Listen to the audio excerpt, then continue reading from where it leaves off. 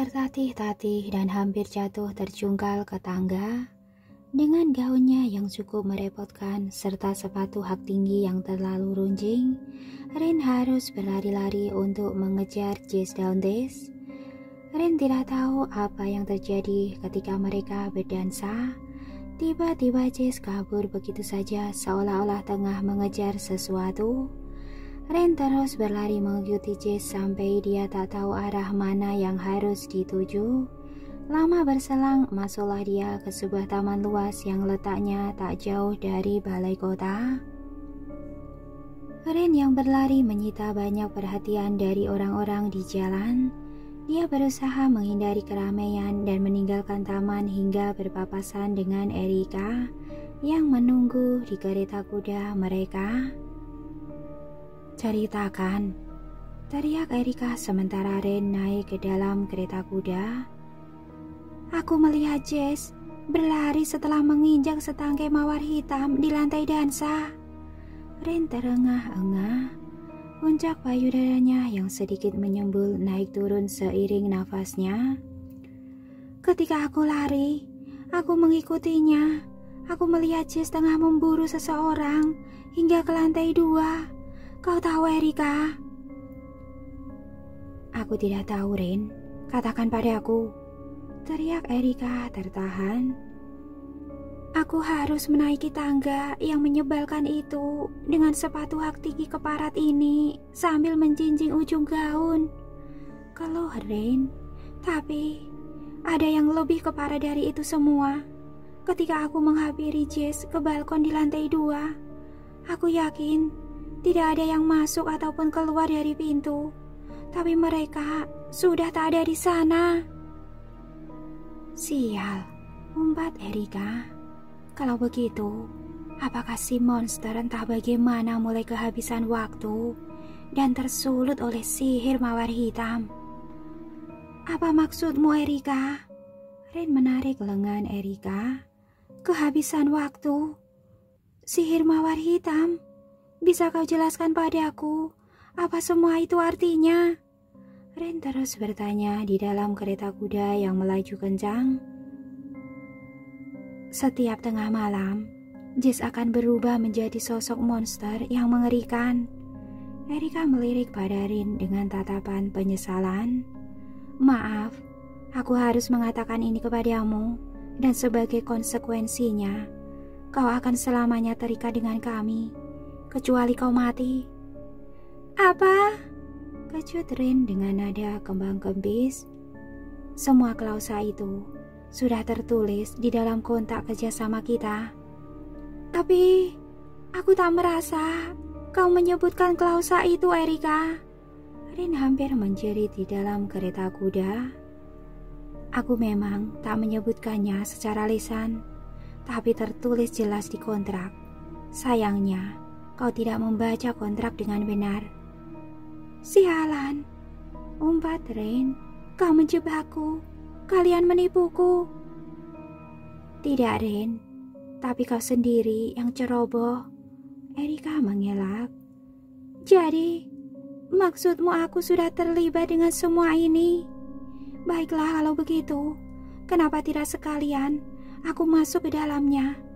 Jadi apa yang akan kita lakukan saat ini?" Erika menatap mata Rin dengan serius. "Kita harus memburu dan mencarinya. Jika sampai dia dilihat oleh orang lain, maka sia-sia sudah sihir yang kau lakukan untuk menutupi wajah monsternya malam ini." "Iya, aku bisa membayangkan itu." Rin mengingat kembali kondisi pesta ketika Jess tiba di sana.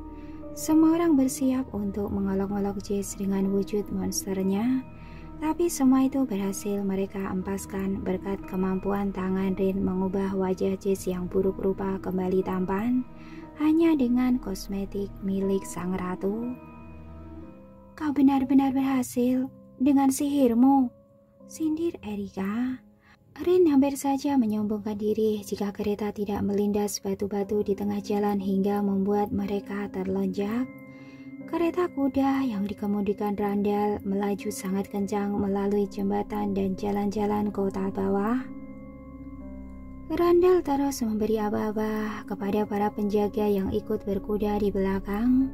Mereka bersama-sama meluncur dengan kecepatan penuh hingga keluar dari gerbang kota dan meninggalkan Westlake.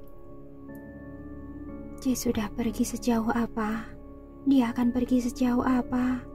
Lebih baik apabila dia terbang menjauhi kota, menjauhi lokasi mana saja yang padat penduduk. Erika terus berbicara dengan diri sendiri. Apa katamu? Tanya Rain. Pangeran bisa terbang. Bagaimana mungkin? Dia tidak bersayap. Kata-kata Rain menggantung di udara. Kesadaran seperti menampar wajah Rain saat itu juga. Tentu saja dia terbang, gumam Rain. Jika tidak, bagaimana mungkin dia bisa menghilang dari balkon lantai 2 tanpa menghilangkan jejak apapun? Astaga, monster macam apa sebenarnya Jess Dauntis? Randall yang mengemudikan kereta kuda terus menggapai arus tak kasat mata dari kabut yang mengalir di sekeliling mereka. Kian lama energi kabut itu kian tinggi hingga mencapai abnormalitas. Randall bisa merasakan keberadaan sang pangeran melalui gelombang udara. Abnormalitas yang Randall rasakan ditimbulkan dari kepekatan kabut di sekitar mereka. Kepekatan kabut itu tercipta bukan saja berasal dari segi bobot maupun ukuran tubuh, melainkan juga keberadaan Jess itu sendiri, ketidakwajaran yang bersinggungan dengan kekuatannya. Sihir laknat, gumam Erika, sebuah kutukan yang sangat nista yang mengalir di dalam darah Jess Dauntis. Tanpa Rain sadari, sesosok penunggang kuda mensejajari kereta kudanya. Penunggang kuda itu membisikkan sesuatu pada Erika. Dia masih menuju ke barat. Suara sang penunggang kuda bertudung mantel hitam itu menggema sampai ke telinga Rain, dan memang tak bisa melihat wajahnya karena gelap dan terlalu cepat. Tapi suara penunggang kuda itu terlalu mirip dengan Samantha, pikir Rain. Samantha pun bisa merasakan keberadaan Jess yang merembes ke indera-inderanya melalui kepekatan kabut. Dia ada di Danau Hitam. Samantha memacu kudanya berbelok ke arah kota Danau Hitam yang diikuti oleh Randall. Danau Hitam, daerah kecil yang indah dan menjadi salah satu tempat favorit mereka untuk berjalan-jalan saat sedang tak bekerja pada masa-masa yang lebih baik. Mereka memperlambat laju kuda dan kereta saat semakin dekat dengan pinggiran kota Danau Hitam. Jalan-jalan tanah mulai digantikan oleh jalan beratu ubin. Danau Hitam tertidur, jendela-jendela gelap dan rumah-rumahnya sepi. Di sana-sini Rain melihat lentera menyala dari balik kaca. Mungkin ibu yang sedang mengeloni balita rewelnya ataupun para pekerja yang lembur sampai dini hari. Rain mencurahkan kesadarannya keluar kereta kuda. Dia memperhatikan Erika sesekali saat perempuan itu mengisyaratkan agar para penunggang kuda berjubah hitam itu melaju. Pangeran tengah bergerak menuju pusat kota Danau Hitam. Lapor salah satu penunggang kuda yang masih tak bisa Rain lihat wajahnya. Rain begitu terkesima dengan suasana malam hari di kota Danau Hitam. Dia pikir kota Westlake sudah cukup tua di daerah ini. Rupanya di luar Westlake masih ada kota-kota kecil lainnya dan mereka bergabung menjadi satu membentuk sebuah negara kecil. Dahulu negara itu disebut sebagai wilayah kerajaan Darkwood. Di mana kita berada, Erika? Aku merasa seperti memasuki lorong waktu dan terjerembab ke ratusan tahun yang lalu. Kita ada di alun-alun kota Danau Hitam, ujar Erika. Alun-alun utama sunyi senyap meski dikelilingi oleh gedung pengadilan, balai kota, dan kantor-kantor megah gubernur setempat. Ada jalan batu bercabang dari alun-alun besar yang Rin tahu pasti didatangi para perempuan untuk mencuci. Dia melihat hal yang serupa di Westlake. Di tengah-tengah alun-alun, Rin melihat sebuah patung raksasa yang suci yang berdiri di tengah-tengah air mancur. Patung itu membawa tombak trisula yang menusuk jantung seekor elang raksasa. Kenapa patung itu menombak seekor elang? Tiga ini sangat bertolak belakang dengan simbol Dakut yang sangat menjunjung tinggi burung elang, tanya Rain. Ceritanya sangat panjang, Nona Orwell. Antara Westlake dan Danau Hitam mempunyai ikatan sejarah yang berliku di masa lalu. Tapi pada dasarnya, mereka semua masih menjadi bagian dari kerajaan Dakut. Atap, teriak Rin sambil menunjuk ke arah balai kota. Erika dan Rin turun pelan-pelan dari dalam kereta kuda. Salah seorang penunggang kuda menghampiri Erika masih dengan tudung menutupi kepala dan wajahnya. Dia menyerahkan sebuah belenggu dari besi hitam yang dibuat khusus pada Erika. Rin sedikit terkejut dengan apa yang dia saksikan. Apakah benda itu akan kalian gunakan sebagai senjata? Tak ada yang menjawab pertanyaan Rain. Rin hanya mengekor di belakang Erika. Erika menunggu dalam kegelapan bayang-bayang sambil terus memakukan mata ke atap-atap runcing balai kota. Malam terkesan kelewat hening dan sangat dingin. Firasat tak enak mengatakan bahwa mereka sedang diawasi, tapi tak tampak tanda-tanda kehidupan di toko-toko dan bangunan-bangunan di seputar alun-alun Danau Hitam. Jauh tinggi di atas pada garis atap balai kota seolah-olah ada sesuatu yang bergeser. Sekelebat bayangan terlepas dari atap, sayap-sayapnya terkembang di latar belakangi langit yang bersimbah sinar rembulan. Erika mengangkat kedua tangan sambil merentangkan rantai hitam yang dia pegang. Di saat yang sama, Rin menyadari bahwa sekelebat bayangan tiba-tiba melesat dari belakangnya menuju ke atap balai kota. Bayangan hitam itu seperti peluru yang melesat begitu cepat. Saat Rin menoleh ke belakang, dia tak melihat Randall maupun penunggang kuda yang sebelumnya berdiri di dekat kereta kuda. Brengsek, dia melarikan diri lagi. Apa? Tanya Rain. Apa yang sedang kau bicarakan, Erika? Aku sama sekali tak mengerti. Diam, saksikanlah, seru Erika pada Rain. Celaka. Randall dan Samantha niscaya terbang ke atap balai kota dan mendapati bahwa buruan mereka sudah kabur. Kalaupun Erika juga cepat-cepat naik ke tangga gereja di samping balai kota untuk memburunya, Jess bisa saja melompat pergi dan menghilang sebelum dia sampai di situ. Langit sudah menjadi kelabu. Jika Jess kabur ke lahan desa yang terbuka, mereka mungkin tak akan bisa menangkapnya. Tiada waktu untuk meragu, gumam Erika. Erika, jelaskan padaku. Setidaknya, katakan padaku apa yang bisa aku lakukan untuk membantu kalian. Kau bisa melihatnya bukan? Di atap tadi, ada sebuah bayangan dengan sayap terentang berwarna hitam. Rin mengangguk. Jika kau melihat bayangan yang serupa, cepat kejar dan ikuti dia.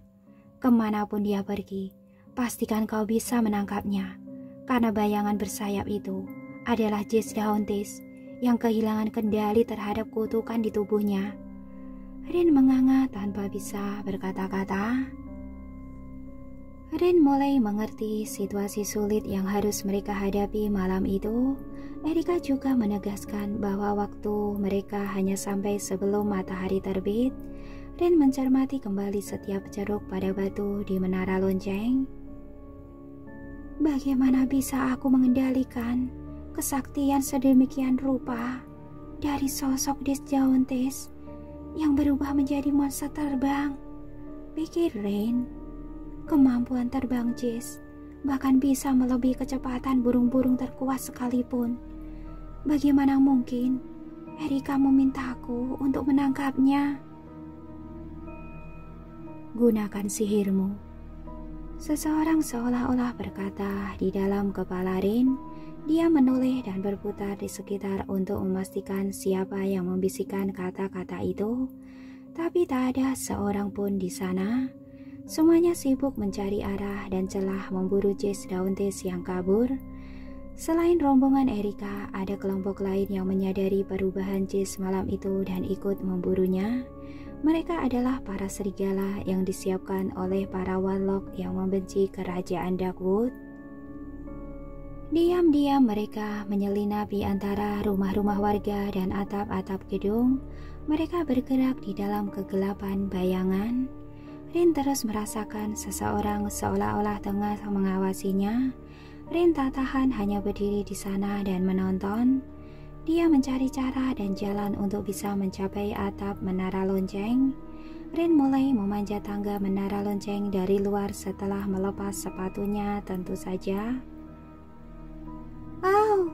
Rin merintih kesakitan dan mengerang saat bahunya menumbuk tepi pilar. Dia terjungkal ke lantai menara lonceng. Rin terkulai kikuk seperti orang bodoh dan berguling hingga terlentang untuk menaksir situasi. Di sana jauh di atas menara lonceng bertengger di pinggiran atap, Rin melihat kilat-kilat mata monster di kegelapan. Rin bisa menangkap bentuk tubuh itu samar-samar. Makhluk itu bertelanjang dada, celana panjangnya robek-robek merosot sampai ke panggul. Kakinya yang bercakar mencengkeram kasar menara lonceng. Apakah dia? Posisi Rin dengan makhluk itu terlampau dekat. Rin bisa mendengar geraman rendah sampai ke telinganya seolah-olah menggemuruh sepanjang lantai papan. Ada yang lain malam ini. Si monster lain, ujar Rin di dalam hatinya. Jess Dauntes memang seorang monster, tapi sosok di hadapanku dia lebih monster daripada Jess itu sendiri. Siapa sebenarnya sosok ini? Geraman kembali terdengar. Demi orang-orang suci, teriak Rin. Makhluk ini sedang lapar dan dia menatap ke arahku. Dia pikir aku adalah makanannya malam ini. Erika berteriak dan memberi instruksi cepat pada Randall serta Samantha. Dia ada di atap menara lonceng. Cepat tangkap dia sebelum membuat kekacauan. Dulu Erika lebih terlambat menemukan Jess Dauntes. Dia baru menangkap lokasi Jess setelah monster itu berburu dan makan. Memang belum pernah Jess membunuh manusia selama berubah menjadi monster. Erika mengingatkan dirinya sendiri kemudian meralat. Setahu kami. Namun malam itu Erika seolah bisa merasakan firasatnya berkata bahwa seseorang akan menjadi mangsa. Enak saja, teriak Rin membantah pemikirannya sendiri yang menganggap dirinya sebagai mangsa dari Jess Dauntes. Meski aku tidak mengerti apa yang dikatakan sebuah suara di dalam kepalaku tentang menggunakan sihir untuk mengalahkan monster ini, tapi aku memiliki kemampuan bela diri yang lumayan. Rin berdiri dan sontak mendesis karena pundaknya berdenyut-denyut. Dia bahkan melupakan jika sudah menabrak fasad ketika memanjat. Ada yang terkilir, mungkin malah patah, pikirnya. Gelombang rasa nyeri menjalari tubuh Rin sampai-sampai perutnya mulas. Lengan kanannya tak berguna, tinggal lengan kirinya yang bisa digunakan untuk mengepal. Tapi kalau monster itu menyerangnya secara tiba-tiba dengan sepenuh kekuatan, mungkin Rin hanya bisa melindungi kepalanya dengan lengan yang masih sehat. Tidak, aku tak akan mati dengan cara seperti ini. Jess! Teriak Rin dengan tegas. Geraman yang keluar dari tenggorokan sang monster terhenti, lalu kembali terdengar lebih keras dan bernada lebih rendah daripada semula. Rasa takut mengaduk-aduk perut Rin. Beginikah perasaan makhluk kecil yang tertindih tak berdaya di hutan oleh ulah para pemangsa. Jess, hardik Rin sekali lagi yang tak memberikan rasa ngeri merasuki suaranya. Menurut dugaan Rin, gawat sekali kalau monster Jess sampai merasa ketakutan. Turun sini,